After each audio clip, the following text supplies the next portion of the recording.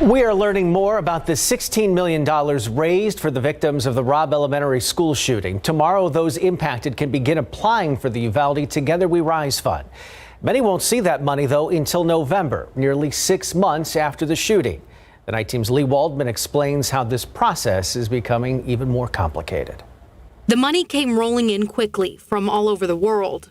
Can't bring any of these 19 children and 2 teachers back. Donations to help the community of Uvalde. Hopefully, it will have some positive outcome in the end. Mickey Gertis is born and raised in Uvalde. He's the chair of the 10-person local steering committee that decided on who's eligible for the $16 million Uvalde Together We Rise Fund and how much they'll get. It's been action-packed and challenging.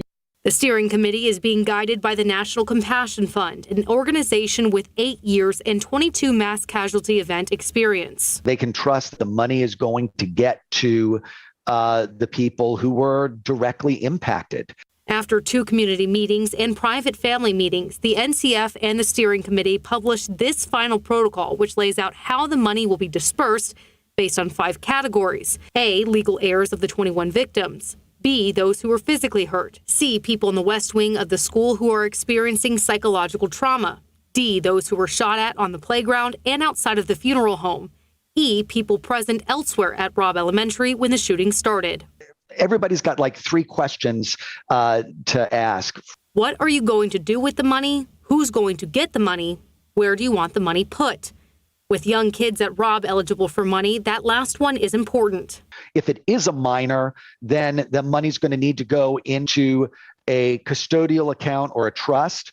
The family gets to decide where you want to put it.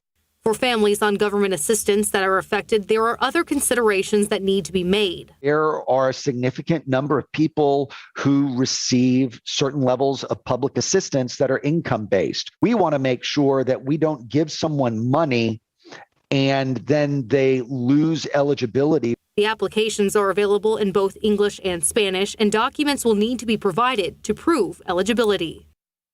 The application process is open until October 6th, and each of the applications will be reviewed by the local steering committee. The fund's distribution plan will be finalized November 7th, and then 1 week later, the money will start getting into the hands of the people who need it.